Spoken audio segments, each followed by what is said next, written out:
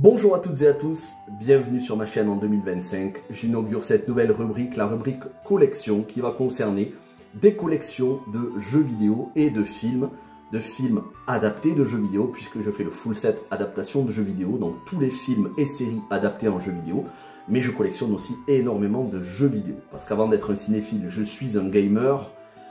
Depuis des décennies, j'ai presque 40 ans, ça doit faire 30 ans que je joue à des jeux vidéo, et la saga dont on va parler aujourd'hui, comme vous l'avez vu dans la miniature, la saga Final Fantasy, c'est ma saga de cœur, numéro 1 dans mon cœur.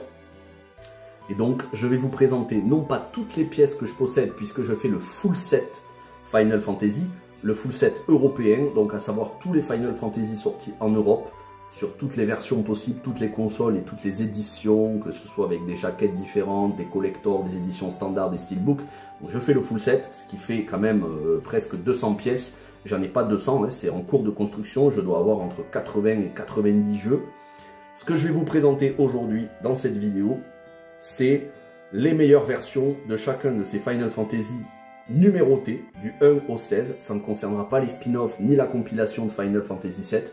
Ça concernera uniquement les Final Fantasy numérotés, sur quelle console y jouer aujourd'hui en 2025, à quel prix, où les trouver. Je pense que vous aimerez, si vous êtes un fan de Final Fantasy, vous aimerez cette vidéo. Si vous découvrez, ça peut être l'occasion de vous y mettre, puisque vous allez voir, on peut se les procurer assez facilement, mais c'est pas très cher non plus. Et je vous dirai bien sûr ce que je pense de chacun de ces Final Fantasy. C'est parti, on commence du 1 et on finit avec le 16. On commence donc avec Final Fantasy 1 à 6 qui est sorti en 2023 dans cette version Switch Final Fantasy Pixel Remaster. Alors, il est sorti sur Switch et sur PS4. Aujourd'hui, on ne peut les trouver, cette version sortie en 2023, uniquement que en import. Pour la version Switch, on peut l'acheter sur Micromania et se la faire livrer en magasin pour environ une centaine d'euros. Quant à la version PS4, c'est un des jeux les plus rares et plus chers de la PS4. Je parle bien dans cette version Final Fantasy Pixel Remaster, sortie en 2023. La version PS4, quant à elle, atteint des sommets. Ça peut atteindre jusqu'à 2000 € sur eBay. Il y a quelques mois en arrière, je l'avais vu à 2000 €, mais j'en ai vu plusieurs exemplaires à 500, 600 €. Donc, je vous le déconseille. Je vous conseille plutôt cette version Switch, et si vous trouvez que 100 € ça fait cher et que vous n'avez pas envie de la commander sur Micromania en import, eh bien vous pouvez vous procurer cette version-ci qui est exactement la même version, sauf qu'il n'y a pas marqué Final Fantasy Pixel Remaster et qu'il y a ce petit bandeau où il y a marqué édition anniversaire qui est sorti en octobre 2024. C'est exactement le même jeu. Donc là, vous avez la version Pixel Remaster et la version édition anniversaire. Ce sont exactement les mêmes jeux. Il y a les 6 premiers dans leur meilleure version possible. C'est du multilingue, donc ici, vous avez toutes les langues possibles. Il y a marqué in subtitle, donc English et Thaï, mais sachez qu'il y a bien plus que l'anglais et le thaïlandais. Il y a aussi le français. Ça, c'est donc la version Pixel Remaster en import. Sinon, celle que je vous recommande et que j'ai trouvée le mois dernier, donc au mois de janvier, en solde pour une trentaine d'euros à Auchan, que vous pouvez trouver pour une soixantaine d'euros dans tous les magasins. Là, bien évidemment, c'est précisé, il y a absolument toutes les langues, donc je vous le montre d'un peu plus près. Nous avons le japonais, l'anglais, le français, l'italien, l'allemand, l'espagnol et le chinois, le coréen et tout un tas d'autres langues.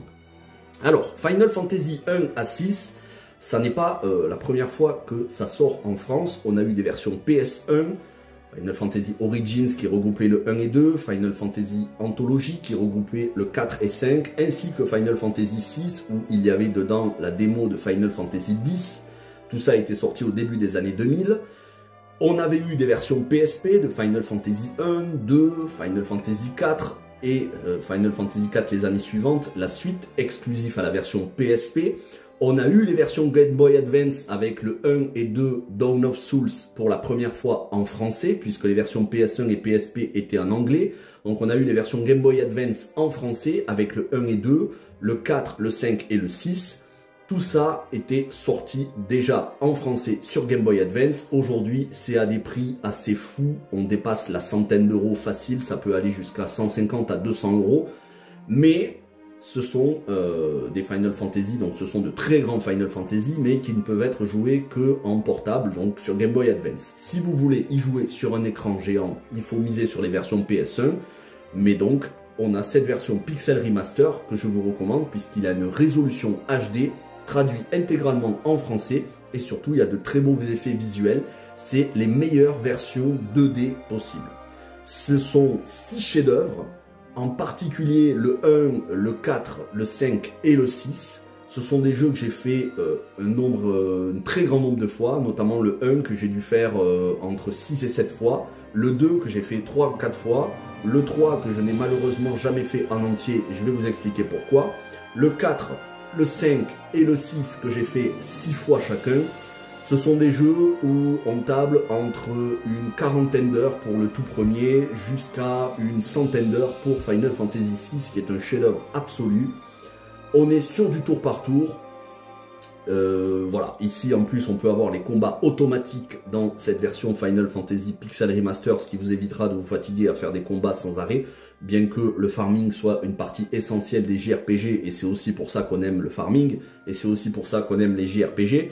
L'évolution des personnages, l'évolution des niveaux, le loot, hein, les équipements, les objets, les sorts à faire augmenter, à récupérer, tout ce genre de choses. Mais c'est surtout des grandes histoires, avec des musiques sublimes de Nobuo Uematsu. Là, je pense que je m'adresse aux fans de Final Fantasy, j'ai pas besoin de vous convaincre que ce sont de grandes musiques. Mais pour ceux qui ne connaissent pas, sachez que Nobuo Uematsu, le compositeur des Final Fantasy, c'est le Mozart de notre époque, et c'est clairement pas exagéré de faire la comparaison, c'est un des plus grands musiciens du 20e, 21e siècle. Donc rien que sur les OST, ça vaut le coup d'écouter ces jeux-là, ce sont des morceaux magnifiques, et en plus les histoires, la narration, les personnages, les péripéties, l'émotion qui s'en dégage, on est sur des grands jeux. Et surtout pour un fan de Final Fantasy, on se doit d'avoir fait ces 6 premiers au moins une fois.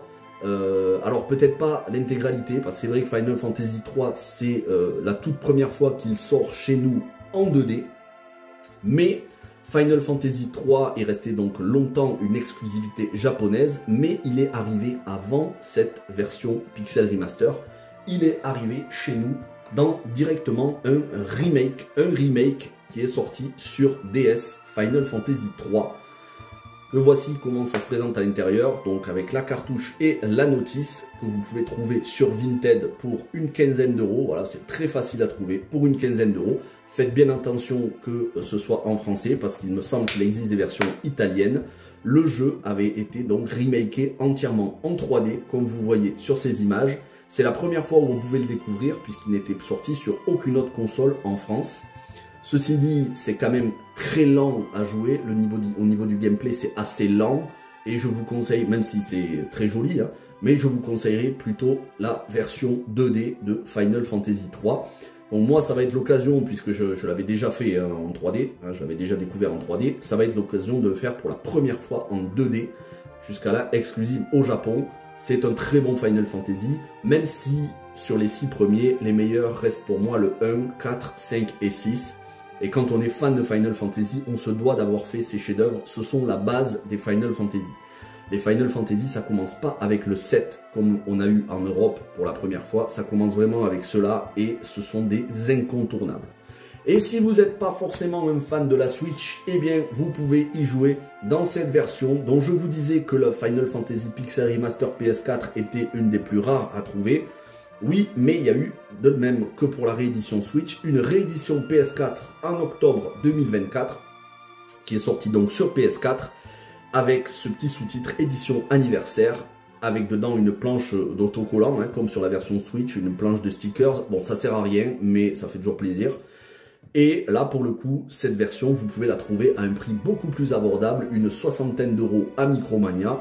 Bon, moi, je l'avais acheté en octobre, quand ça a été sorti, je l'avais acheté directement 75 €, parce que c'est quand même 6 grands jeux. Donc, quand on fait le compte, ça fait quand même les 75 €, ça les valait. Et aujourd'hui, vous pouvez le trouver en janvier-février 2025, vous pouvez le trouver pour une soixantaine d'euros tout neuf. N'hésitez pas, ça vous évitera de prendre l'édition sortie en 2023, qui est exactement la même, mais l'édition 2023 coûte 500 ou 600 €, 700 € sur Vinted. C'est de la folie. Là, on coûte sur 10 fois moins cher. Et comme vous voyez, la jaquette est en français. Donc les jeux qui ont inspiré toute une génération reprennent vie dans cette remasterisation définitive en 2D avec exactement les mêmes langues que sur la version Switch. Donc je vais approcher de plus près comme ça, vous pourrez le lire. Nous avons les versions françaises, anglais et japonais, mais aussi italien, allemand, tout le reste, du coréen, du chinois. Bref, vous pouvez sélectionner la langue que vous voulez et là aussi, il y a de très beaux effets visuels, il y a l'accélération, enfin les combats automatiques. Bref, pour Final Fantasy 1 à 6, donc, je vous recommande ces versions Switch ou PS4, Final Fantasy 1 à 6 collection édition anniversaire, qui sont communes aujourd'hui dans tous les magasins que vous pouvez trouver pour franchement pas excessivement cher, plutôt que de commander la version Pixel Remaster en import qui va vous coûter une centaine d'euros. Il n'y a aucune différence, si ce n'est un petit logo en plus. Et pour ceux qui veulent jouer au 3, sachez que le 4 est sorti aussi dans un remake en 3D sur DS, en français. Là, on est sur de la 3D, mais ce sera uniquement sur Nintendo DS, donc une console portable, donc un petit écran. Voilà, ça c'est pour les 6 premiers. Voilà, comme je vous ai dit, moi je les ai fait, refait, en général je les fais 1 an sur 2. Voilà. Avant le Covid, j'y avais joué à peu près 1 ou 2 fois à chacun. Depuis le Covid, j'ai dû les refaire 4 ou 5 fois chacun. Donc pendant le Covid, je m'ennuyais, j'ai refait tous les Final Fantasy et depuis, je les ai refaits encore un plus grand nombre de fois. Donc c'est des jeux dont on ne se lasse pas, il y a toujours des choses à faire, il y a toujours des choses à découvrir. Bref, la première fois que je les ai fait, c'était sur PS1 au début des années 2000. Mais aujourd'hui, si je devais y rejouer, ce serait dans ces versions et plus particulièrement la version PS4. Voilà pour les 6 premiers. Maintenant, on va passer à Final Fantasy VII. Alors, Final Fantasy VII, la plupart d'entre vous connaissent la version PS1, qui est sortie chez nous en 1997. L'année suivante sur PC, et une vraie version PC, pas les versions Steam avec un code de télé, avec un code d'accès. Non, là, une vraie version PC. Je l'ai rentrée le mois dernier dans la collection. Vous pouvez la retrouver dans les rentrées du mois de janvier. Il est sorti aussi en dématérialisé sur quasiment toutes les consoles, mais il n'a pas eu de version PS4. Allez comprendre pourquoi, c'est le marketing, la stratégie marketing Square Enix, c'est-à-dire qu'ils font du n'importe quoi. Ils sortent certains jeux sur la Switch, d'autres sur la PS4, d'autres uniquement sur des consoles portables. Et en plus, au passage, comme vous l'avez vu pour la version Pixel Remaster, donc les 6 premiers, ils ne sortent même pas de version Xbox. Alors ok, ils sont sur le Game Pass où on peut se les procurer sur PC en dématérialisé, mais pour les gens qui veulent jouer sur Xbox, en physique, ils n'ont pas trop le choix, ils sont obligés de le faire en dématérialisé ou d'aller chez Sony ou Nintendo. Et donc ce Final Fantasy VII original ressort et ressorti sur Switch, dans un Twin Pack avec le 7 original et le 8 Remastered. On va y revenir sur le 8 Remastered. Mais aujourd'hui, en physique, sur une résolution HD, sur des consoles récentes, la seule version physique, ce sera le 7 sur Switch. À savoir qu'il est aussi sorti dans une version simple, tout seul sur Switch, mais en code de téléchargement, code in the box. Ce qui est une hérésie, pour une vingtaine d'euros, vous pouvez avoir le Final Fantasy VII Switch en code in the box, avec une très jolie boîte, mais pas de cartouche. Alors que ici, vous avez la cartouche du jeu qui comprend les 2 jeux. Alors, c'est le même jeu qu'à l'origine, sauf qu'on a la désactivation des combats aléatoires, la vitesse des combats multipliée par 3, donc ça va 3 fois plus vite pour faire du farming. On peut désactiver quand on veut à revenir à la vitesse normale, on peut revenir aux combats normaux.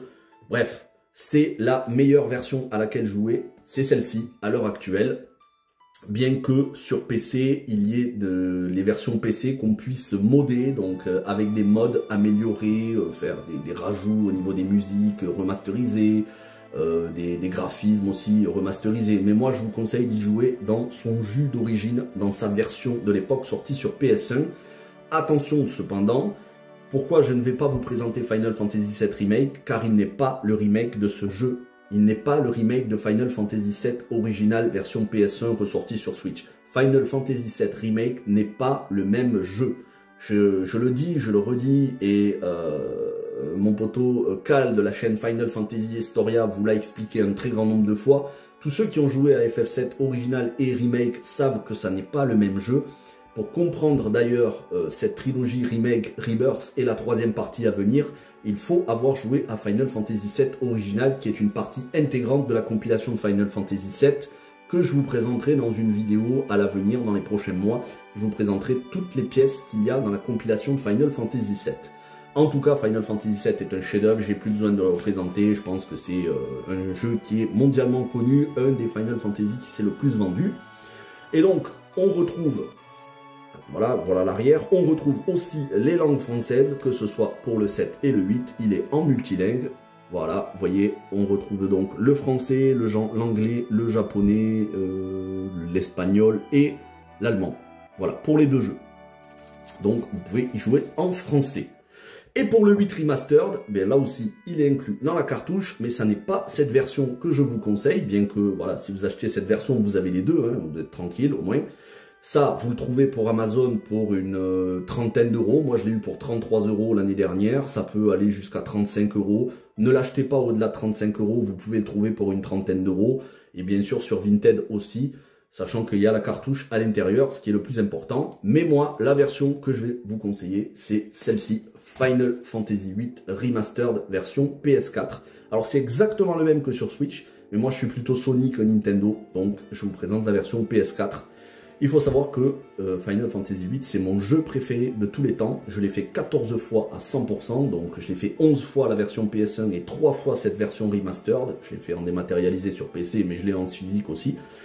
Et donc vous voyez, la jaquette est en français.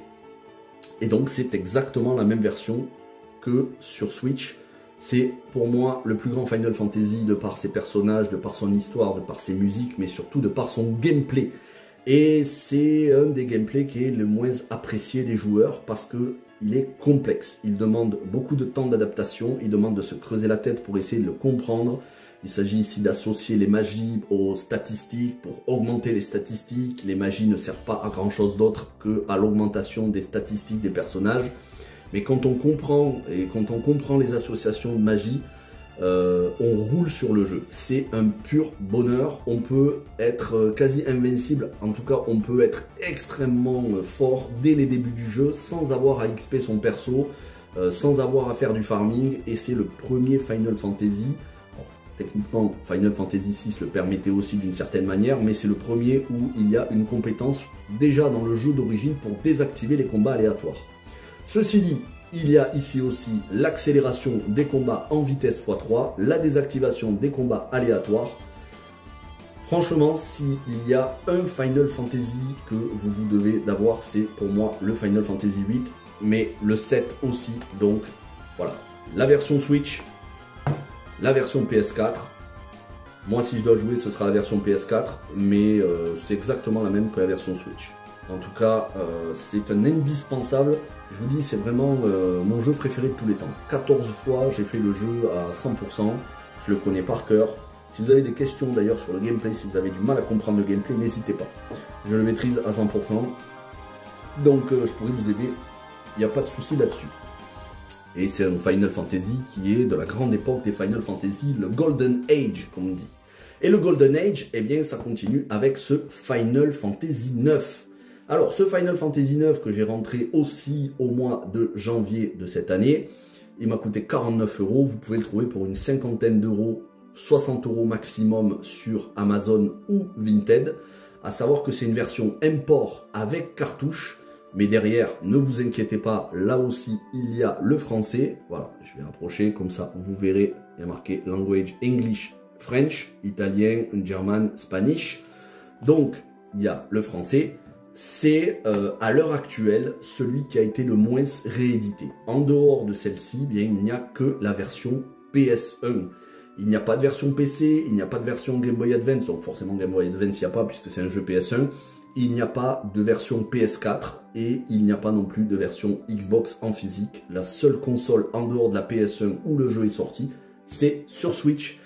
Et chez nous, en France, encore une fois, c'est la stratégie, Square Enix qui est incompréhensible. Chez nous en France, ils l'ont sorti sur Switch, mais en code in the box. Donc vous avez une jaquette différente où il est marqué, c'est tout en blanc avec le logo marqué Final Fantasy 9, code in the box. Donc n'achetez pas cette version qui coûte 20 € et qui est un code de téléchargement. Achetez plutôt celle-ci qui est une cartouche. Tout est dans la cartouche, le jeu entier. Pas de téléchargement, c'est le vrai jeu en physique. Et ça, c'est un des plus grands chefs-d'œuvre de tous les temps. Objectivement, alors il n'y a pas d'objectivité, mais si je devais essayer d'être le plus objectif possible, je dirais que c'est le plus grand Final Fantasy de tous les temps. Même si mon préféré c'est le 8, ici c'est le dernier jeu du créateur de la saga, donc de Hironobu Sakaguchi. C'est un véritable hommage à la saga tout entière. Et pour ceux qui ont fait les 6 premiers Final Fantasy, même les 7 premiers Final Fantasy, sachez qu'il y a ici énormément de références aux 7 premiers Final Fantasy. C'est pour ça qu'il faut avoir fait la compilation sur Switch ou PS4 1 à 6. Vous allez voir, il y a pas mal de choses ici qui sont des hommages, des musiques qui sont reprises de Final Fantasy 3, des morceaux de scénario qui sont repris de Final Fantasy 2, des personnages qui sont repris de Final Fantasy 4. Bref, il y a plein d'allusions à Final Fantasy 1 à 6 et même le 7. Mais c'est surtout une histoire magnifique qui est très profonde avec un des plus grands personnages des jeux vidéo, à savoir Bibi, qui est un personnage bouleversant. Et c'est un jeu, à chaque fois qu'on le fait, franchement, on verse une larme à la fin du jeu, tellement c'est bouleversant, c'est même déchirant. Je ne vous raconte pas le jeu, je ne vous raconte pas la fin. Sachez que c'est un jeu que j'ai fait 10 fois en entier. 10 fois la version PS1, donc je n'ai pas encore fait cette version Switch avec... en fait si, je l'ai fait mais en dématérialisé sur PC, donc je l'ai fait 9 fois en version PS1 et une fois la version PC qui est identique, mais version PC des maths, avec accélération des combats, désactivation des combats aléatoires. Mais sinon voilà, je possède la version PS1, enfin je possédais la version PS1, malheureusement quand j'étais gosse, après l'avoir fait plusieurs fois, je l'ai vendue. Et il faut que je me rachète la version PS1, c'est un des rares sur PS1 que je n'ai plus. Mais je vais le trouver pas cher, hein. J'attends juste de le trouver pour une quinzaine, une vingtaine d'euros. Et on peut le trouver sur Switch à ces prix-là, c'est juste que voilà, je suis pas pressé, je vais l'acheter, mais au moins j'ai la version Switch. Voilà, c'est vraiment un très grand jeu et c'est surtout le dernier Final Fantasy de l'âge d'or des Final Fantasy sur PS1, puisque c'est le jeu qui accompagnait la fin de vie de PS1 et qui a mis à genoux la PS1 parce que graphiquement, déjà sur PS1 à l'époque, c'était une tuerie. Personnellement, je considère qu'il n'a pas besoin de remake, mais tout comme le 8 d'ailleurs n'a pas besoin de remake, mais j'imagine qu'un jour ils feront un remake de celui-ci. Faut espérer que ce soit un remake fidèle pour le coup, mais bon, on verra. En tout cas, s'il faut un remake graphique, pourquoi pas, mais il ne faut pas toucher au gameplay. On est sur du gameplay classique, du tour par tour, tout ce qu'il y a de plus JRPG. Vraiment un très grand jeu. On passe à un des plus grands jeux et surtout un des plus connus, celui qui a été le plus édité, réédité, Final Fantasy X, X-2 HD Remaster. Alors, Final Fantasy X et X-2, d'abord sorti sur PlayStation 2 à l'époque. Final Fantasy X, c'est un chef-d'œuvre absolu. Voilà, c'est une histoire bouleversante, c'est des persos qui sont parmi les plus marquants de l'histoire du jeu vidéo. C'est le couple de personnages, donc Tidus et Yuna, le couple de personnages le plus marquant de toute la saga Final Fantasy. Et c'est un jeu que j'ai eu à sa sortie, le même jour que le jeu est sorti, je l'ai eu, et j'ai acheté la PlayStation 2 exprès pour Final Fantasy X. Voilà, parce que moi à l'époque, j'achetais les consoles pour les Final Fantasy en priorité. À chaque fois que Final Fantasy sortait, j'achetais la console en même temps.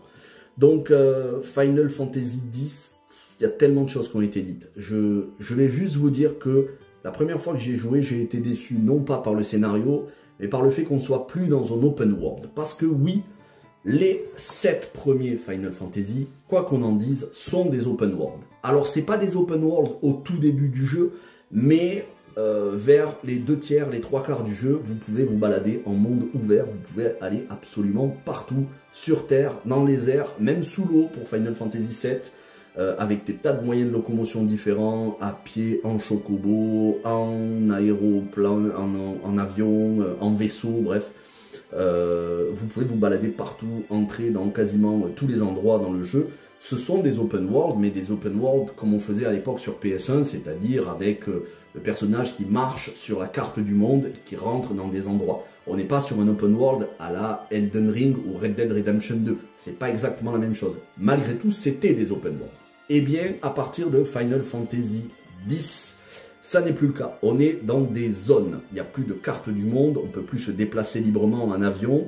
C'est un hub central qui, beaucoup plus tard dans le jeu, nous permet de nous déplacer en nous téléportant dans des endroits à droite à gauche. Et moi, j'avoue que la linéarité du début du jeu, puisque au début du jeu, c'est un peu un couloir. Enfin, pas énormément un couloir non plus, mais c'est un peu cette idée d'un couloir où on ne peut pas revenir en arrière. On est obligé d'avancer par rapport au scénario. On ne peut pas s'arrêter pendant plusieurs heures, se balader à droite à gauche, revenir en arrière. Et ça m'avait un peu déçu.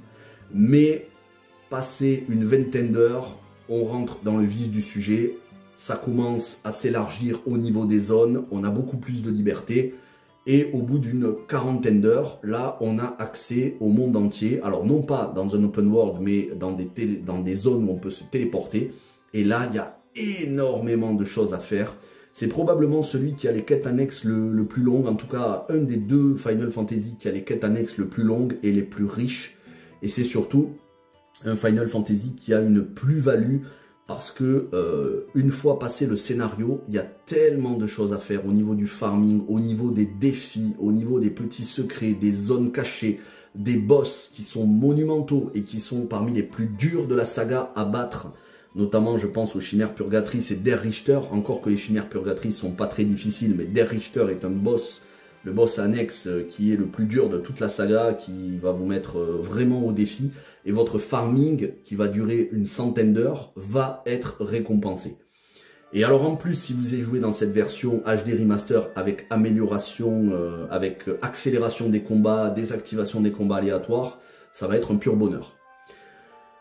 Et le personnage principal, c'est pareil, c'est un personnage qui au début du jeu m'insupporte, mais qui à un moment donné du jeu va basculer et va devenir un des personnages les plus, pour moi, les plus matures et les plus attachants de toute la saga. Tidus, c'est vraiment un personnage où il faut prendre son temps pour l'apprécier. Au début, on est le personnage, on est Tidus, on débarque dans un endroit qu'on ne connaît pas, dans un monde qu'on ne connaît pas. C'est vrai que le personnage, il est un peu ridicule par moment, mais arrive un moment du jeu, il devient mature et c'est un des plus charismatiques du jeu au final, c'est un des plus charismatiques de tous les Final Fantasy confondus. C'est vraiment un personnage qu'on apprend à aimer. C'est pas forcément un coup de cœur tout de suite, en tout cas pour moi, mais à la fin du jeu, c'est le personnage que j'apprécie le plus. Et j'ai toujours une claque à la fin du jeu, j'ai toujours les larmes aux yeux quand je finis ce jeu et j'ai envie de le refaire à chaque fois. C'est pour ça que je l'ai fait 6 fois en entier et à chaque partie j'y ai passé presque 200 heures sur chaque partie. Autant vous dire que j'ai passé donc presque 1000 heures dans ma vie. Donc je crois que le jeu est sorti en 2001, on est en 2024-2025. J'ai dû passer au moins 1000 heures, toutes parties confondues. Et je le referai, j'ai hâte de le refaire. Et donc comme je vous disais, c'est un des plus accessibles puisque ici cette version PS2, vous pouvez vous la trouver pour 10 € d'occasion. Pour une quinzaine d'euros toute neuve, entre 15 et 20 € neuf sur Amazon ou en grande surface, on le trouve moins, mais dans les boutiques spécialisées. Mais surtout, voilà, pour une quinzaine d'euros tout neuf sur Amazon et pour une dizaine d'euros d'occasion dans n'importe quel magasin cash.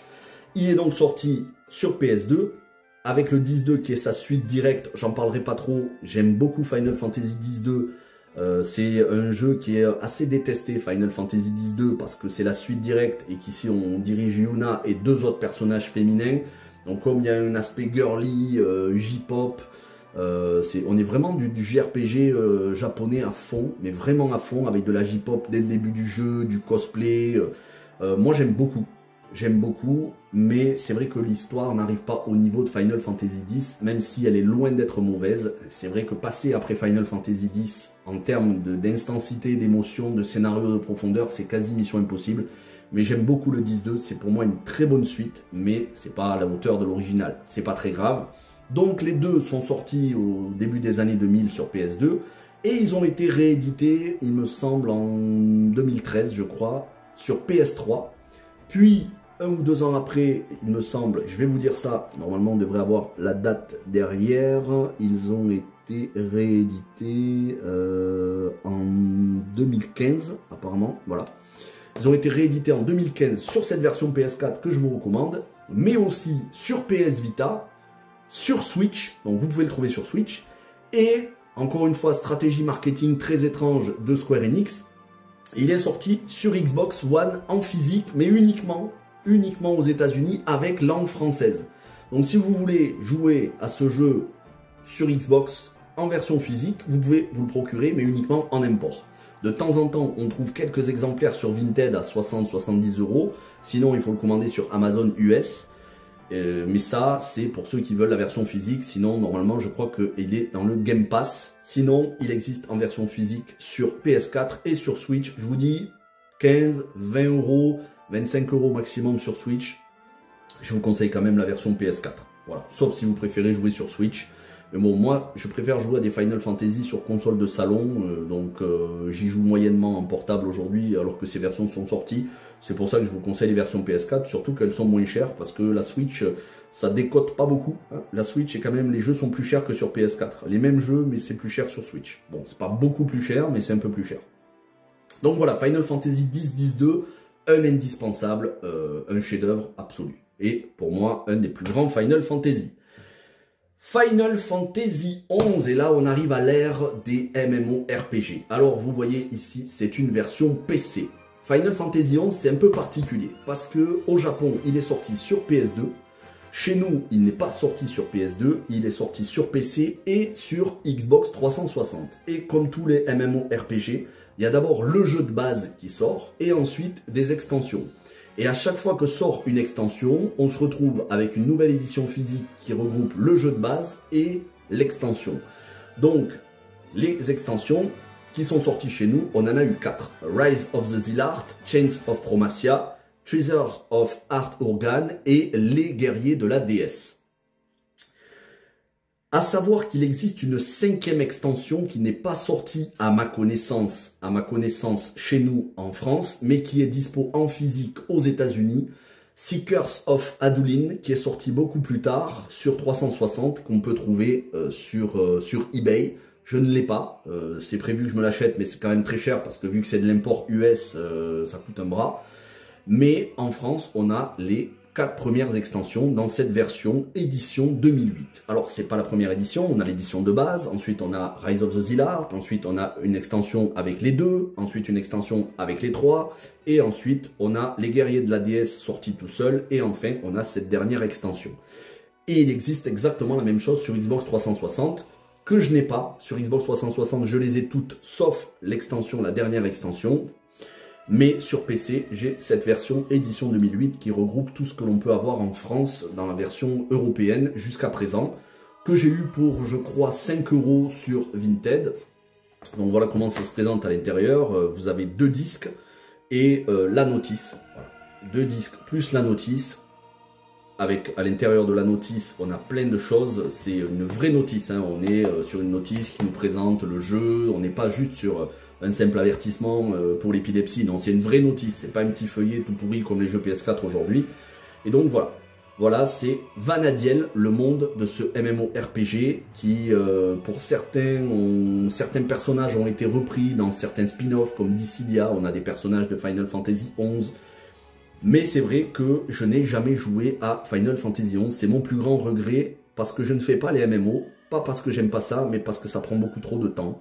Que si je me mets à un MMO, moi je m'y mets à fond. Et je sais que je vais plus avoir de temps pour faire le reste. Et mon plus grand regret, c'est qu'il ne nous ait pas sorti un mode solo hors connexion. Puisque bien évidemment, MMORPG oblige, il faut une connexion obligatoire Internet. Mais je crois que pour celui-ci, il n'y a pas besoin d'un abonnement payant. En tout cas, à l'époque, il y avait un abonnement payant, mais je crois qu'aujourd'hui, on peut y jouer gratuitement. Alors, je sais qu'en 2024, les serveurs étaient encore ouverts. Je ne sais pas si c'est toujours le cas en début 2025. Mais l'année dernière encore, il y avait des gens qui jouaient, il y avait des joueurs qui jouaient à Final Fantasy XI Online. Moi, j'aimerais, hein, c'est mon souhait le plus cher, qu'ils nous sortent Final Fantasy XI avec l'intégralité du scénario, mais en version solo. Je pense pas qu'ils le feront, mais s'ils le faisaient, ça permettrait aux gens de découvrir le jeu, parce qu'il y a beaucoup de gens comme moi qui n'y ont pas joué.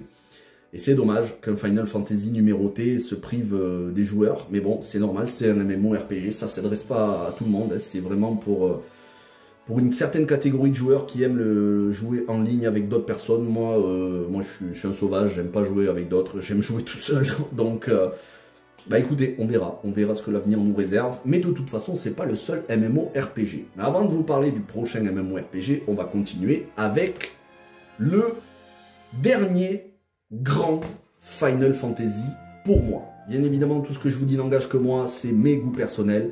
Mais c'est ce Final Fantasy XII dans sa version PS4 renommée The Zodiac Age, qui est sorti à l'origine, donc dans sa version 12, il est sorti, il me semble, en 2004, je crois. Je l'avais acheté le jour de sa sortie, mais je me souviens plus vraiment, je crois que c'était en 2004, qui était sorti sur PS2 et qui a été réédité ces dernières années sur PS4, mais aussi sur Switch, ainsi que, comme pour le 10, sur Xbox One en version physique, mais la version physique Xbox One avec langue française n'est dispo que aux États-Unis. Il faudra passer par l'import US.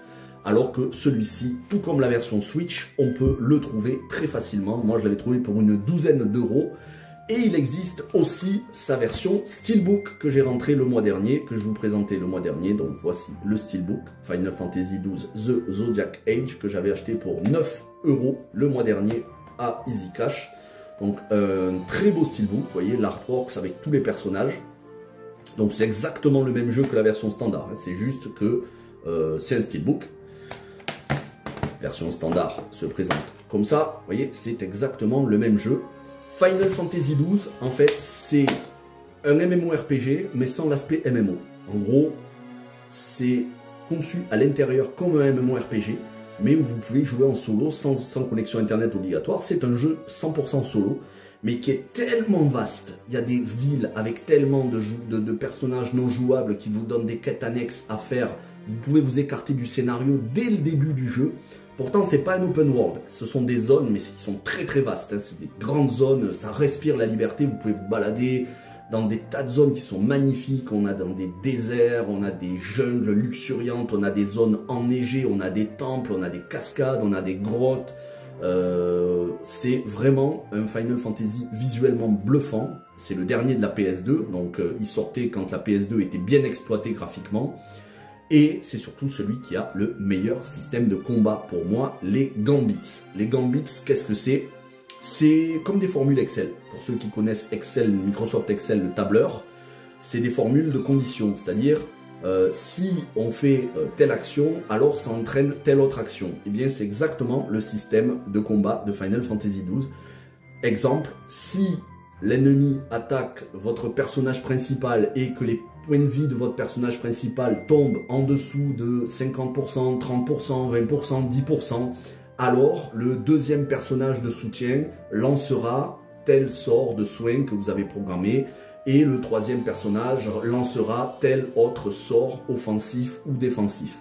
Et donc tout ça, c'est des lignes de code à programmer. C'est extrêmement simple, elles sont déjà programmées. Vous avez juste à les trouver dans le jeu, un petit peu comme des objets, et à les mettre en position, donc dans les différents ordres de priorité. Et ensuite, vos personnages, ils agissent automatiquement, sachant que vous pouvez désactiver à tout moment et reprendre la main sur le système de jeu. Et alors en plus, dans cette version Zodiac Age, il y a les améliorations au niveau de vitesse il me semble que c'est vitesse x4, 3 ou 4, je ne sais plus.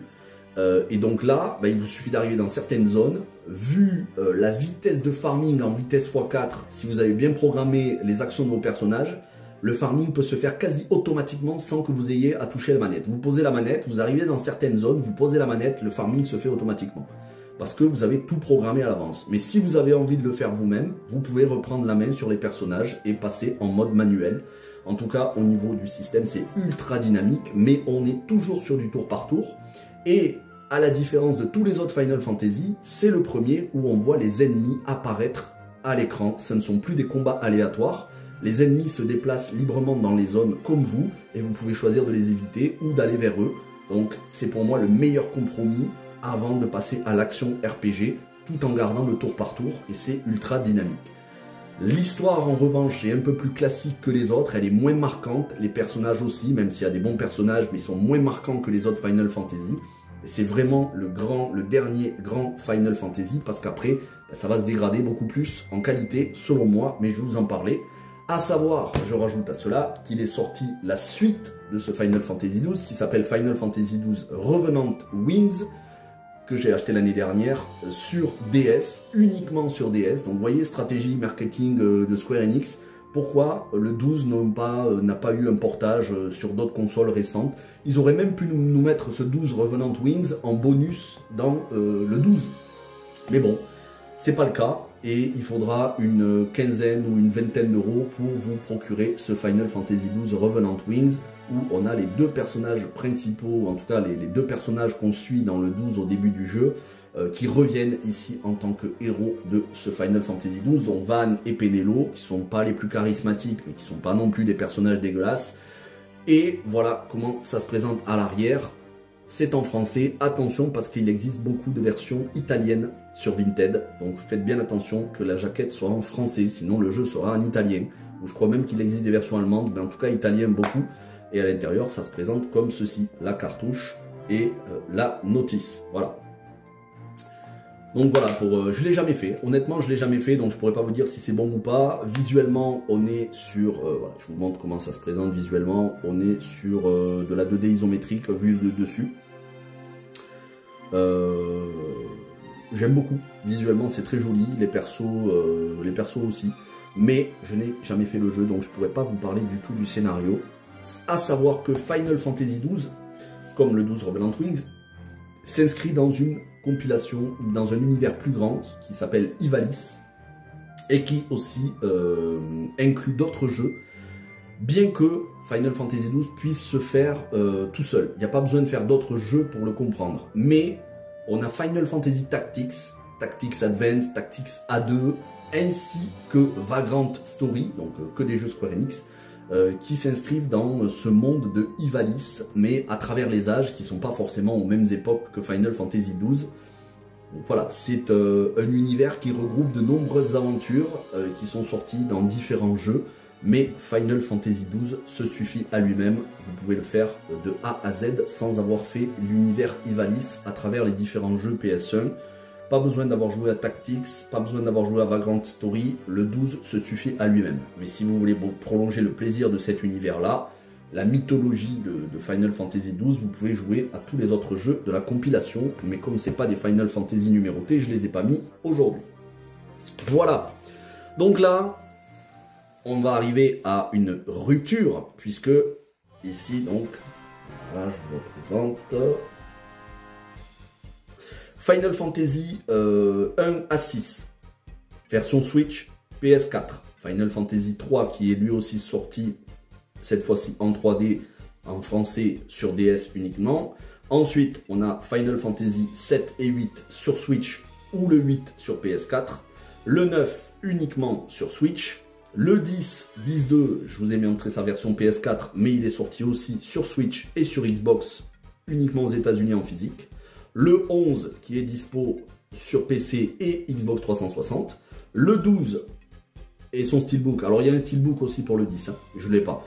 Il y a le 12 qui est sorti aussi sur Switch et Xbox One en physique. Et le 12 Revenant Wings qui est la suite directe du 12. Ça c'était pour les 12 premiers.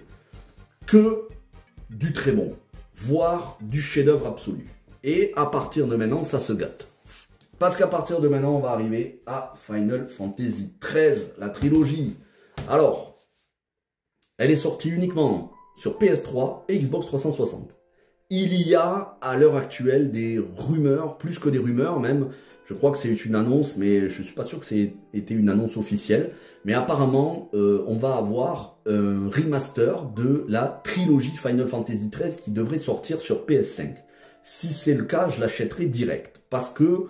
bien que ce soit une trilogie très bancale avec beaucoup de points négatifs, je suis en train de la réévaluer un peu à la hausse. Alors un peu, hein, attention, je ne suis pas en train de dire que c'est un chef-d'œuvre et c'est loin d'être mes Final Fantasy préférés. Mais c'est vrai qu'à l'époque, j'ai passé un sale moment avec ces jeux.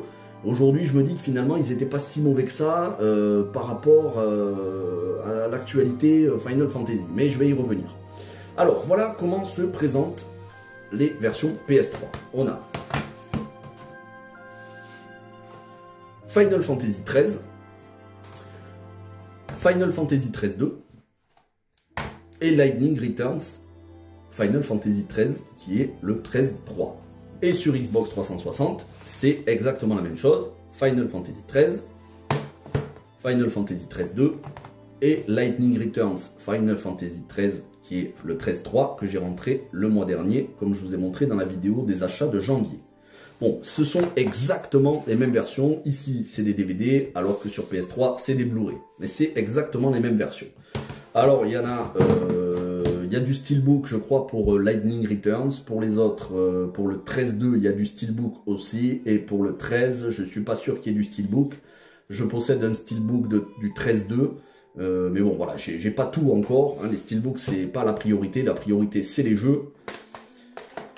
Je vais vous présenter les versions PS3, mais vous pouvez acheter les versions Xbox 360. Sachez que pour le 13, donc on va mettre ça dans l'ordre.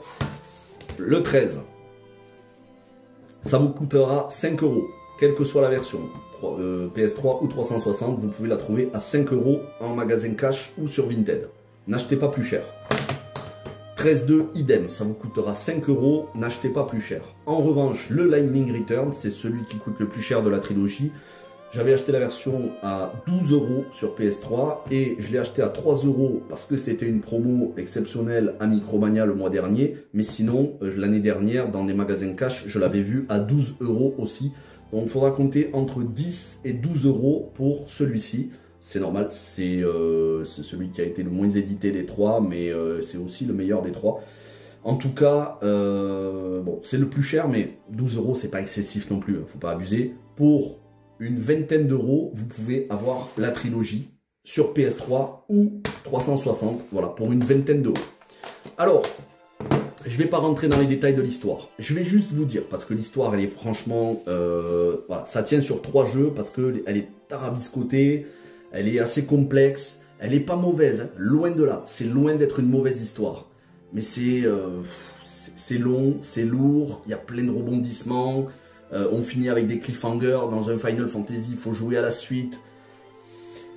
Ce qu'il faut retenir, c'est que Final Fantasy XIII, ce Final Fantasy, devait à la base être le premier jeu d'une compilation appelée Fabula Nova Crystallis. Encore une fois, je vous conseille d'aller voir les potos Cal de la chaîne Final Fantasy Historia et Azem de Final Fantasy Watchers. Ils vous raconteront ça mieux que moi, bien que j'en ai parlé un petit peu sur la chaîne, je crois, quand j'avais fait une vidéo sur Final Fantasy XV, Kingsglaive, le film d'animation. Sur Final Fantasy XIII, ça devait être la première pierre d'une compilation qui s'appelait donc Fabula Nova Crystallis en latin, qui veut dire les nouveaux contes du cristal. Et il devait y avoir 3 autres jeux, à savoir Final Fantasy Versus 13, qui devait être le négatif du 13, donc sa version sombre. Il y avait Final Fantasy Agito 13 et Hérésis 13. Mais pour plein de raisons que vous irez voir sur les chaînes Final Fantasy de mes collègues, ça ne s'est pas fait. C'est une des plus grosses frustrations de la communauté Final Fantasy. On aurait voulu le 13, le Versus 13. Donc le Versus 13, il est devenu le 15, on va en parler dans quelques minutes. Le Agito 13 est devenu Type 0, qui est dispo aussi, que je possède, mais comme c'est pas un Final Fantasy numéroté, je ne vous le montrerai pas dans cette vidéo, mais il existe sur Xbox et PS4. Et le Hérésis 13 a été annulé. Sauf que le 13 est devenu une trilogie, et donc on a enchaîné avec le 13.2 et le Lightning Returns. Ils ont tous des gameplays différents, mais vraiment radicalement différents les uns des autres, notamment le 13.3 Lightning Returns a un gameplay très différent du 13, très intéressant parce qu'en plus on ne dirige que Lightning, contrairement aux autres où on a une équipe de plusieurs personnages, alors que dans le 13 c'est uniquement Lightning. Malheureusement, pour moi, le plus gros défaut du 13, c'est non pas son scénario, mais c'est sa linéarité. C'est un jeu couloir. Je vous en parlais sur Final Fantasy X où je vous disais que ça m'avait un petit peu déçu. Mais après, Final Fantasy X est tellement un grand jeu au niveau des émotions et du scénario et des personnages que ça rattrape largement la linéarité du début. Là, sur Final Fantasy XIII, c'est un jeu couloir durant la moitié du jeu, et ça dure longtemps. Et c'est une fuite en avant, c'est-à-dire une fuite. On fait combat, combat, combat, on s'arrête du scénario. Combat, combat, combat, on s'arrête du scénario. Combat, combat, combat. Et ensuite, on est lâché dans une zone géante, ouverte. C'est pas un open world, mais c'est une zone très très grande, ouverte, où on peut faire plein de choses, des quêtes annexes et tout. Sauf qu'on a dû se taper avant de très très nombreuses heures de jeu où c'était une fuite en avant. Et c'est franchement relou. Donc moi j'avoue que le 13, j'ai du mal. En plus, j'ai du mal avec son gameplay parce que passer après le 12 qui avait le meilleur gameplay pour moi, ben, le 13 c'est une espèce de gameplay c'est assez lourd, c'est très confus, il y a beaucoup trop de choses affichées à l'écran, c'est visuellement, ça part dans tous les sens. Franchement, j'en garde pas un très bon souvenir, mais encore une fois, je vous dis, j'attends une éventuelle remaster de la trilogie PS5 pour pouvoir me l'acheter. Donc j'hésite encore à les faire sur PS3 ou 360 ou bien jouer à ce futur remaster PS5 s'il existe un jour. S'il existe, je pense que je le ferai sur PS5. Et puis pour Final Fantasy donc 13.3, le Lightning Returns, alors là c'est carrément frustrant parce que c'est une course contre la montre. C'est un jeu qui est chronométré. Alors il y a des manières de contourner pour pouvoir prendre son temps. Mais moi, dans un jeu, et en particulier dans un RPG, j'aime prendre mon temps pour me balader dans les décors, revenir en arrière, me poser, parfois même sans jouer, juste me balader dans les décors. Et le 13.3, donc Lightning Returns, c'est chronométré, on a un temps imparti pour faire le jeu, et voilà, là aussi c'est une fuite en avant, avec plus de liberté de mouvement, mais j'avoue que c'est spécial, c'est un contre-la-montre, voilà, c'est un contre-la-montre. Mais il y a des manières de contourner pour avoir plus de temps. C'est pas la meilleure idée, c'est pas la pire, c'est original, mais la trilogie est bancale. 3 gameplays, un scénario découpé en 3 parties, c'est assez long pour en avoir le fin mot de l'histoire. Tantôt, les personnages sont attachants et charismatiques comme Lightning, que j'aime beaucoup. Tantôt, il y a d'autres personnages qui sont franchement insupportables. Visuellement, déjà, il y en a certains qui sont dégueulasses. Il y en a un, il a un chocobo dans les cheveux. C'est n'importe quoi.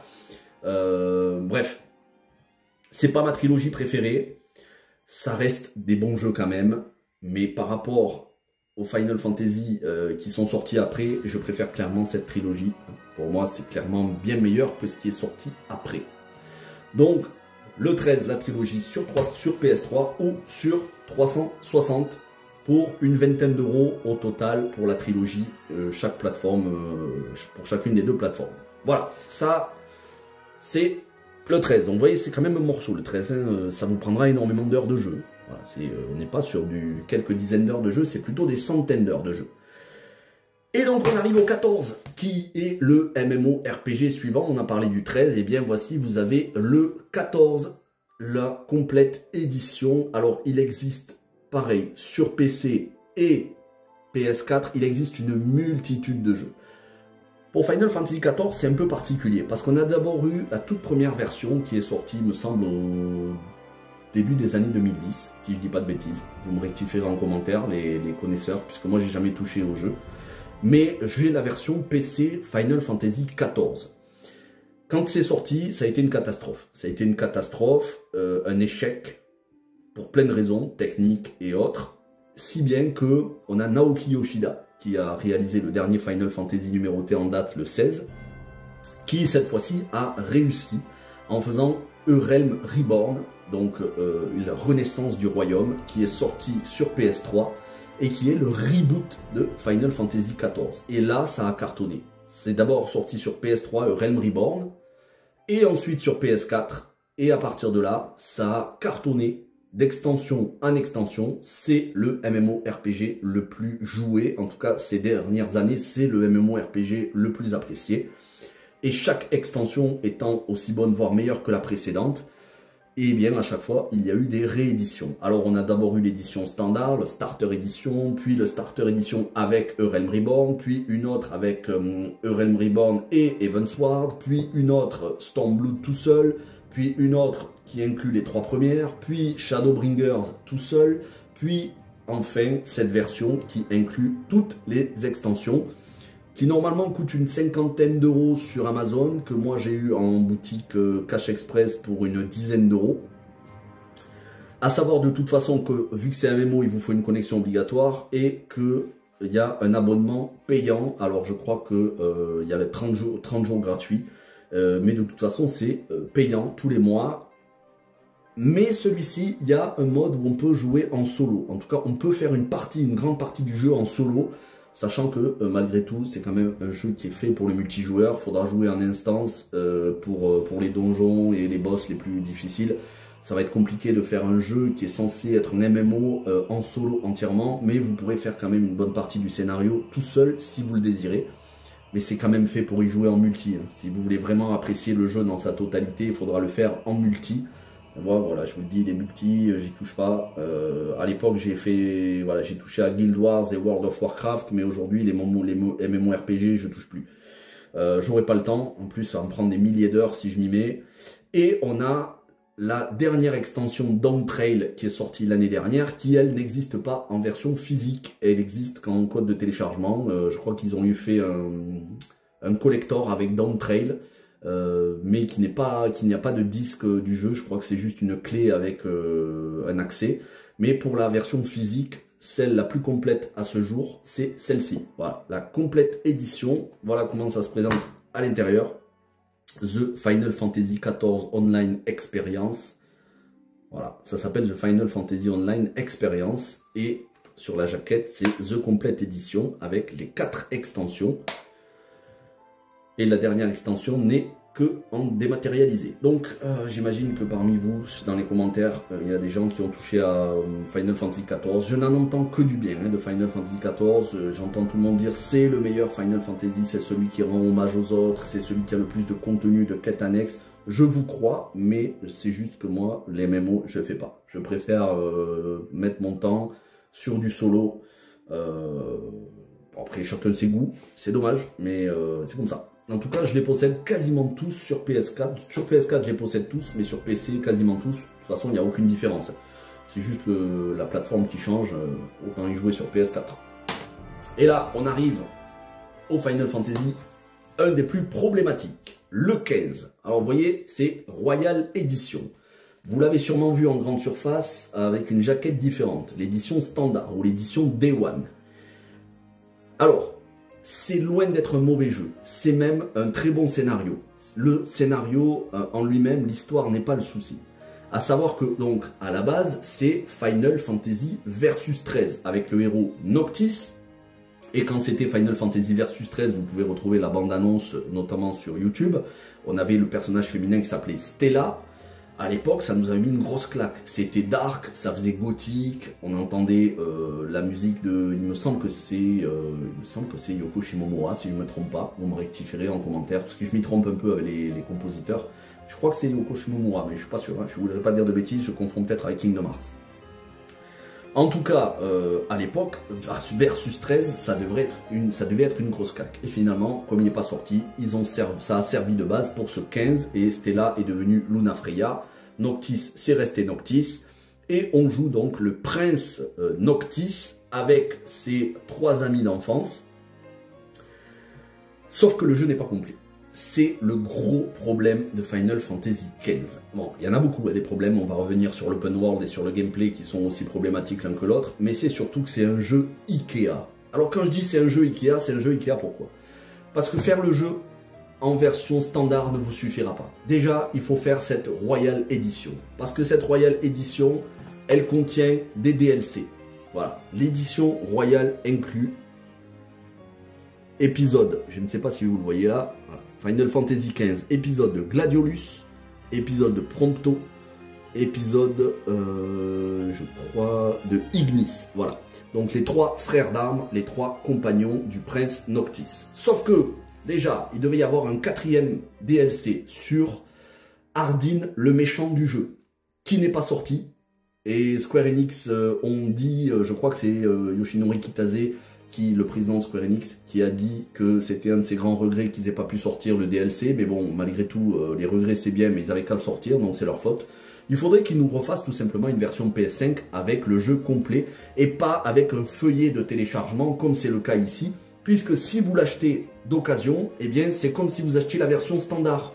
Puisque les DLC, qui pour le coup ne sont pas des petites armes ou des petits skins ou des trucs qui servent à rien comme dans beaucoup de DLC. Non, ici c'est des DLC de scénario.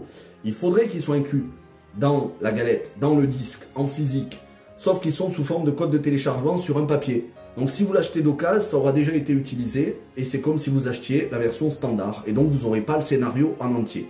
Donc cette version royale que moi j'avais acheté sur Vinted à quelqu'un mais tout neuf sous blister, vous pouvez l'acheter sur Vinted, faites attention de la prendre neuve sous blister, ou vous pouvez l'acheter sur Amazon. Et à ce moment-là, vous la payerez entre 15 et 20 euros, le plus souvent aux alentours de 18 euros. Donc faites bien attention de ne pas l'acheter d'occasion pour pouvoir profiter des DLC qui sont du scénario. Mais c'est pas le seul problème, c'est qu'il faut aussi regarder le film et la série d'animation. Parce que oui, il y a le film d'introduction à cet univers qui est un morceau de scénario qui s'appelle Kingsglaive Final Fantasy XV, sorti en DVD et Blu-ray. Alors, je les ai, mais je ne vous les ai pas sortis ici, j'aurais pu les mettre, mais je ne les ai pas mis. Mais le DVD, vous pouvez le trouver pour 1 euro dans n'importe quel bac de magasin cash, et le Blu-ray pour environ 3 euros. Et même, vous pouvez vous les acheter tout neuf pour moins de 10 euros sur Amazon pour ceux qui veulent l'acheter tout neuf. Mais franchement, c'est pas le plus excessif au niveau du prix. Le gros problème, c'est que c'est pas un jeu qui se suffit à lui-même. Il faut aussi voir le film pour comprendre. Mais pas seulement. La série Brotherhood, dont je vous ai fait la critique sur la chaîne. Donc j'ai fait la critique de Kingsglaive et de Brotherhood. Vous retrouverez ça dans la playlist adaptation de jeux vidéo. Sauf que Brotherhood, c'est extrêmement rare à trouver en physique. Elle coûte un bras et malheureusement à ce jour, j'ai pas pu me la trouver à prix raisonnable. Je l'ai vu, hein, mais à 200 euros.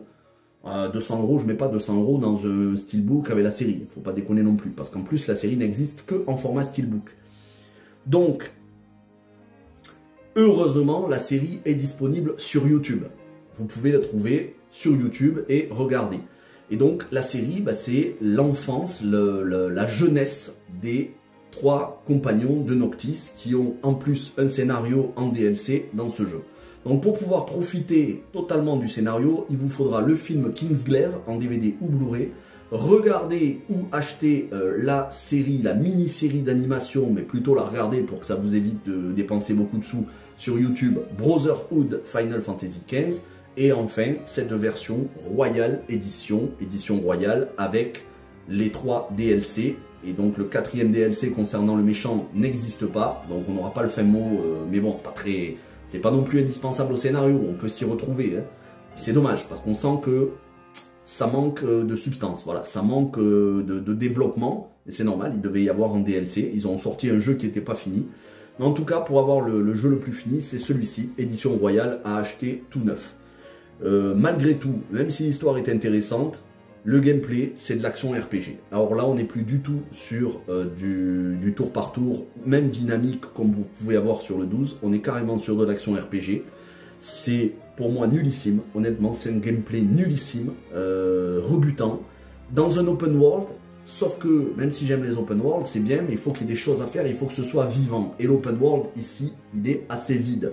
Ça se contente d'être une longue ligne droite sur laquelle vous roulez en voiture et vous pouvez sortir de la voiture et aller sur les plaines, les plages et affronter des ennemis géants avec un gameplay en action RPG.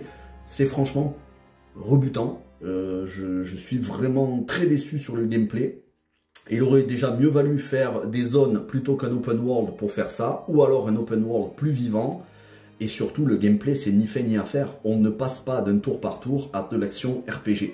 On peut passer à du tour par tour plus dynamique, hein, parce que quand même, entre Final Fantasy 1 et 12, même si c'est du tour par tour, il y a quand même une révolution au fur et à mesure des épisodes, et il y a vraiment des changements majeurs qui font que beaucoup plus d'action, beaucoup plus entraînant, et qui vous impliquent beaucoup plus dans le combat. Sauf qu'on reste sur du tour par tour. Ici, c'est de l'action RPG et c'est mauvais. Square Enix, sur les Final Fantasy, ne savent pas faire de l'action RPG. Autant ils savent le faire sur les Secret of Mana, par exemple, autant sur Final Fantasy, ça n'a jamais été l'ADN de Final Fantasy. Final Fantasy, l'ADN, c'est le tour par tour. Donc passer à de l'action RPG, ça enlève toute la stratégie et la finesse du combat et c'est mauvais. Malgré tout, le scénario est bon, je ne peux pas vous le déconseiller, le jeu est très beau visuellement, les musiques sont excellentes aussi, c'est dommage. C'est un grand jeu, enfin, c'est un très bon jeu qui aurait pu être un grand jeu s'il était sorti en édition totalement complète et avec un gameplay plus peaufiné, voilà. Dommage, mais ça reste un bon jeu, attention. On est quand même au-dessus de la concurrence, il ne faut pas se leurrer, ça reste un très bon jeu. Et donc on arrive au dernier Final Fantasy, Le 16, et je vous le disais un petit peu tout au long de cette vidéo, que pour moi, Final Fantasy aujourd'hui, c'est non pas mauvais, mais c'est plus aussi bon qu'avant. Heureusement, je ne l'ai pas payé très cher. Je l'ai eu en grosse promo. Je l'ai acheté l'année dernière. Je suis... C'est même pas de la déception à ce niveau-là. C'est que pour moi, c'est pas un Final Fantasy. Voilà, je le dis, je sais que certains ne seront pas d'accord avec moi, certains trouveront que oui, mais bon, Hironobu Sakaguchi, il a dit que c'était un bon Final Fantasy, donc si le créateur de Final Fantasy l'a dit, oui, tout ce que vous voulez.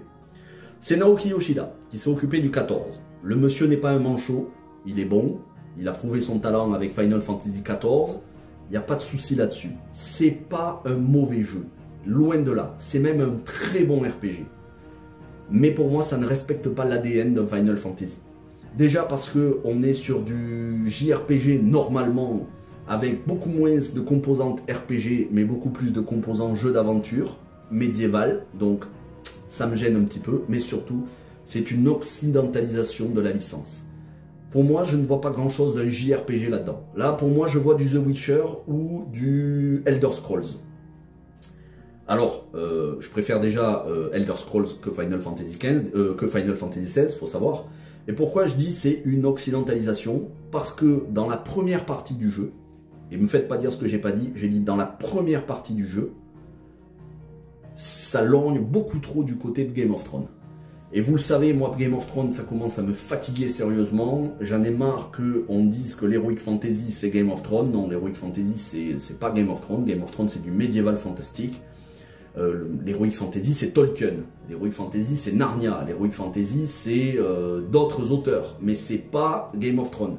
Encore que pour Game of Thrones, à la rigueur, on est plutôt dans la Dark Fantasy. Mais par exemple, House of the Dragon, on n'est pas du tout dans l'Heroic Fantasy. Et ici, ben, on lorgne plutôt du côté de House of the Dragon ou des dernières saisons de Game of Thrones concernant le scénario à base de violence, de sang, de nudité. Alors attention, c'est pas non plus, on n'est pas sur du sale comme dans House of the Dragon ou même Game of Thrones. Ça reste raisonnable quand même. Mais c'est vrai que c'est un des très rares Final Fantasy à avoir le PEGI 18, donc déconseillé au moins de 18 ans. C'est une histoire complexe, torturée, avec des personnages de la trahison. Et dans la deuxième partie du jeu, oui, ça ressemble beaucoup plus à du Final Fantasy, avec toute l'histoire autour des chimères, donc ce qu'ils ont appelé les primordiaux. Oui, ça ressemble à du Final Fantasy. Et le couple de personnages principaux, Clive et Jill, sont attachants. Bien que Clive, moi je suis moyennement fan, c'est surtout Jill, le personnage féminin principal, que j'aime beaucoup. Oui, c'est des personnages intéressants, même Joshua, le frère du héros, c'est un personnage intéressant, il n'y a pas de souci là-dessus. Après, il y a d'autres personnages secondaires que j'aime beaucoup moins, mais on est plus sur un jeu d'aventure tendance un peu dark, médiéval, fantastique, que sur du Final Fantasy tel que je les aime, c'est-à-dire Final Fantasy IX par exemple. On est aux antipodes de Final Fantasy IX. Et voilà, je vous ai dit mon amour pour Final Fantasy IX, qui est pour moi l'ADN de Final Fantasy. Eh bien ici, c'est l'opposé de Final Fantasy IX. Et je ne suis pas fan du tout. Mais si à la rigueur, ça n'était que le scénario, je pourrais éventuellement... allez, je serais un peu moins déçu. Mais ici aussi, c'est le gameplay. Et le gameplay, c'est pour moi inexcusable. C'est une trahison de la saga. On est sur le gameplay des Devil May Cry. Et d'ailleurs, ils ont appelé le mec qui a bossé sur Devil May Cry, à l'aspect combat des Devil May Cry, pour justement faire le gameplay de ce Final Fantasy XVI. Donc c'est du gros bourrin, du beat'em all, ou du beat'em up, je sais plus. Bref, c'est du bourrin où tu tapes sur les ennemis, il y a très peu de stratégie. Tu fais que défoncer les ennemis en action RPG. Alors oui, il y a des effets visuels de partout, ça pète de partout, des feux d'artifice, tout ce que vous voulez, des explosions, du feu, ok. Mais c'est la pauvreté absolue en termes de stratégie. Mais vraiment, c'est d'une pauvreté absolue en termes de gameplay. Et pour moi, Final Fantasy XVI a le syndrome Tomb Raider 2013. Je m'explique. Tomb Raider... à la base, c'est parmi les plus grands jeux de plateforme aventure-action qui ont été les mentors de beaucoup d'autres licences, y compris les Uncharted. Et quand Uncharted est sorti, ben, ça a un peu éclipsé Tomb Raider, du 1 jusqu'au 9, jusqu'à Underworld. Et ensuite, Tomb Raider, ils ont fait un reboot. Et ils se sont placés en dessous de Uncharted. Ils ont fait du sous-Uncharted. C'est pas mauvais. C'est juste qu'en fait, tu as le maître, Tomb Raider, qui se met en dessous de l'élève Uncharted. Et bien, Final Fantasy XVI fait pareil. C'était les patrons en termes de tour par tour, et ils se sont mis à nous faire du sous-Devil May Cry. Ben, je ne suis pas d'accord avec ça. Voilà, je suis pas d'accord avec ça, et je sais qu'il y a plein de joueurs qui sont pas d'accord avec ça, qui voudraient qu'on revienne au tour par tour. Alors ceux qui aiment le gameplay bourrin, où ça tape dans tous les sens, où c'est ultra répétitif, ils vont se régaler. Ceux qui, comme moi, préfèrent quand c'est beaucoup plus stratégique et ça demande de se creuser la tête, que ce soit dans les associations de Materia comme dans le 7, les associations de magie comme dans le 8, les Gambits comme dans le 12, ben vous allez être très déçus. Le scénario n'est pas mauvais, le gameplay n'est pas mauvais en soi, mais pour un Final Fantasy, c'est mauvais. Si ça s'était pas appelé Final Fantasy, je pense que je l'aurais beaucoup plus apprécié. Mais pour moi, ça trahit presque tous les codes de la saga et je suis pas d'accord avec ça. Donc j'espère que pour le 17, on va revenir à quelque chose de beaucoup plus à l'ancienne, comme on dit, old school, avec du tour par tour. Aujourd'hui, le tour par tour cartonne à nouveau. On l'a vu avec Métaphore, Refantasio, on le voit avec Dragon Quest HD 2D Remake. Donc il n'y a pas de raison de rester sur de l'action RPG. Après, c'est du gros AAA très cher. Le jeu s'est remboursé, hein. Le jeu, il a quand même bien marché. Mais c'est pas le succès espéré. C'est pas un succès fulgurant. Et ça fait un petit moment que la saga Final Fantasy ne fait plus de succès foudroyant qui se vendent par palette. Ça se vend, mais c'est plus autant qu'avant. Et ça ne s'explique pas uniquement par le fait que ici ce soit exclusif à la PS5, parce que quasiment tous les Final Fantasy, quand ils sont sortis, du 1 jusqu'au 15, ils ont été exclusifs à leur plateforme de base. Mais ensuite, c'est sorti sur d'autres plateformes quelques années après. Ici, il est sorti sur PC, ça rattrape pas forcément en succès. Ça s'est bien vendu, attention, hein. On va pas dire que c'est un échec, ça c'est bien vendu. Mais c'est pas un succès foudroyant. Et il est grand temps que Final Fantasy retrouve son ADN avec le gameplay. Le gameplay au tour par tour, un gameplay dynamique, mais qui soit du tour par tour, pas de l'action RPG. Et qu'elle renoue aussi avec l'aspect JRPG, et pas une occidentalisation comme du Game of Thrones. Les Final Fantasy ne sont pas Game of Thrones. Voilà, la violence, la nudité, le sang ne sont pas des éléments de l'ADN de Final Fantasy. L'inclusivité encore moins. En tout cas, c'est pas un mauvais jeu, mais pour moi, c'est le Final Fantasy qui m'a le plus déçu. Alors aujourd'hui, le prix de base, il est de 75 €. On peut le trouver très facilement à moitié prix. Ces soldes d'hiver 2025, il était à 30 € à Carrefour. Il est très souvent aux alentours de 30-35 € à Auchan. Moi, j'ai eu une double solde, mais je pense que ça devait être une erreur en caisse. Normalement, il était à 37 €, mais en plus, ils m'ont remboursé 30 € dessus, ce qui fait que je l'ai eu pour 7 €. Bon, 7 €, on va pas se plaindre, hein. 7 €, c'est une affaire en or. Pour un jeu comme ça, un gros AAA, et qui plus est avec un bon nombre d'heures de durée de vie. Certes, les quêtes annexes sont ultra répétitives, mais bon, c'est pas le plus gros problème du jeu. Mais malgré tout, ça reste un bon jeu, hein. Je ne veux pas cracher dessus. C'est un très bon jeu. Pour moi, un mauvais Final Fantasy, mais un très bon RPG. Je l'ai eu pour 7 €, honnêtement, même à 20 €, je l'aurais acheté. 7 €, c'est une affaire en or. Est-ce que vous le trouverez à ce prix-là? Je ne sais pas, mais aujourd'hui, à une trentaine d'euros maximum, il ne faut pas aller au-delà. Si vous ne le trouvez pas à 30 €, attendez des promos, vous le trouverez forcément à des prix 30 € maxi, voire même un petit peu moins. En attendant qu'on ait Final Fantasy XVII, je ne sais pas quand, mais vu qu'ils sont en train de bosser sur la compilation de Final Fantasy VII avec la 3e partie, on devrait avoir forcément des nouvelles d'ici quelques mois, ou peut-être voilà, peut-être que ce sera sur PS6, peut-être que ce sera sur fin de vie de la PS5, peut-être que ce sera cross-platform, peut-être que ce sera multi-platform, puisqu'apparemment les Final Fantasy, les prochains ne seront plus des exclusivités Sony, mais ça sortira sur toutes les plateformes. C'est très bien, hein, c'est très bien. À un moment donné, il faut aussi que Square Enix ils aient une politique, une stratégie marketing cohérente, que ça sorte partout. Parce que là, ben, vous le voyez, hein, il y en a certains qui sortent sur Switch, d'autres sur PS4, d'autres sur Xbox, mais pas tous. Donc, compliqué tout ça, compliqué. Bref, On fait un dernier petit tour. Allez, on va reprendre du début jusqu'à la fin et je vais vous redire les prix. Alors, que je le fasse dans l'ordre. Final Fantasy Pixel Remaster, édition anniversaire sur PS4 ou sur Switch. Je vous conseille donc ces versions anniversaires qui coûtent 60 € pour la version PS4 ou Switch, mais que vous pourrez trouver en promo dans les prochains mois. À l'heure actuelle, il faudra compter une soixantaine d'euros. Et si vous voulez jouer au 3 en 3D, vous le trouverez pour une quinzaine d'euros d'occasion sur Vinted. Ça, c'est pour les 6 premiers. Chef-d'œuvre absolu. Tous. Ensuite, on passe sur Final Fantasy 7, 8 et 9. Alors, le double pack, le Twin Pack Final Fantasy 7 original avec la vitesse x3 désactivation des combats aléatoires et le 8 Remastered, vitesse x3 désactivation des combats aléatoires, lissage des graphismes sur Switch ou sur PS4. Celle-ci version Switch, vous le trouverez pour environ 30 à 35 € partout et cette version PS4 pour une quinzaine d'euros toute neuve partout. Et enfin, Final Fantasy 9, cette version import avec cartouche que vous trouverez sur Amazon pour une cinquantaine d'euros. Ensuite, on passe à Final Fantasy X que vous pouvez trouver pour... tu vas aller là-bas.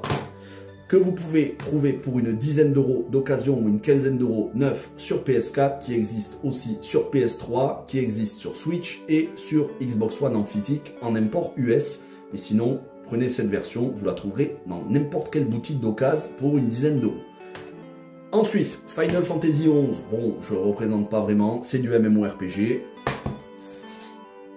Final Fantasy XII, version standard ou version steelbook, que vous pouvez trouver pour une dizaine ou une quinzaine d'euros maxi tout neuf, n'importe où. Vitesse x3, amélioration des combats. Sa suite directe, Final Fantasy XII Revenant Wings, exclusif à la DS, pour une quinzaine, vingtaine d'euros d'occasion sur Vinted. Ensuite, on a la trilogie Final Fantasy XIII, que ce soit sur Xbox 360 ou PS3, avec le 13, le 13-2 et Lightning Returns. Une vingtaine d'euros pour la trilogie, peu importe la plateforme. Ensuite, Final Fantasy XIV, dans sa version la plus complète, en physique, pour aller une quinzaine d'euros d'occasion, mais c'est du MMORPG. Final Fantasy XV, édition royale pour une quinzaine, vingtaine d'euros tout neuf sur Amazon, neuf sous blister, parce que pour pouvoir profiter du DLC, il faut l'avoir neuf sous blister, auquel il faudra rajouter le film d'animation Kingsglaive pour environ 3 € en Blu-ray et la série d'animation que vous pourrez regarder sur YouTube, Brotherhood. Et enfin, le Final Fantasy XVI sur PS5 que vous pouvez trouver pour une trentaine d'euros en ce moment, en solde ou en promo dans n'importe quel magasin, ou même Micromania. Voilà, donc vous voyez, c'est les Final Fantasy aujourd'hui, les Final Fantasy de 1 à 6, et ensuite 7, 8, 9, 10, 12, la trilogie du 13, le 15, le 16, et les deux MMORPG que sont Final Fantasy XI et Final Fantasy XIV. Voilà, les deux MMORPG. Voilà pour l'intégralité de la saga. J'espère que vous avez apprécié cette vidéo. C'est vrai qu'elle est un petit peu longue, 1h15, mais il fallait ça pour vous présenter l'intégralité du 1 à 16. Il n'y a pas les spin-offs, il n'y a pas la compilation de Final Fantasy VII, il n'y a pas toutes les versions existantes, parce que sinon il aurait fallu faire une vidéo de 3 heures dessus. Je ferai ça quand je serai dans ma future gaming room, où là, ça occupera la moitié d'une étagère Ikea avec toutes mes pièces de collection Final Fantasy. En plus, j'ai pas que des jeux, j'ai aussi d'autres choses, des livres, des goodies. Mais ce sera dans ma future gaming room. En attendant, un petit peu plus tard cette année, peut-être d'ici cet été, vous aurez une vidéo sur la compilation de Final Fantasy VII. Mais surtout, la prochaine vidéo collection, ça sera sur des adaptations de jeux vidéo, notamment les adaptations de Uwe Boll, tous les films adaptés de jeux vidéo réalisés ou produits par Uwe Donc je vous les présenterai dans toutes leurs éditions, DVD, Blu-ray, vous verrez. Et ce sera l'occasion de vous parler de ces différents films, de House of the Dead à Postal, de Alone in the Dark jusqu'à Zombie Massacre. Vous saurez tout sur les films de Uwe Boll. Merci de votre attention. Si vous avez apprécié, n'hésitez pas à partager cette vidéo. Vous pouvez laisser un petit commentaire, me donner vos Final Fantasy préférés. Merci à toutes et à tous. Et je fais un petit coucou encore aux potos Cal, Cephrius et Azem. Je mettrai le lien de leur chaîne dans la description puisqu'ils parlent énormément de Final Fantasy sur leur chaîne. C'est des chaînes spécialisées Final Fantasy. Merci à toutes et à tous. Portez-vous bien. Et ciao tout le monde.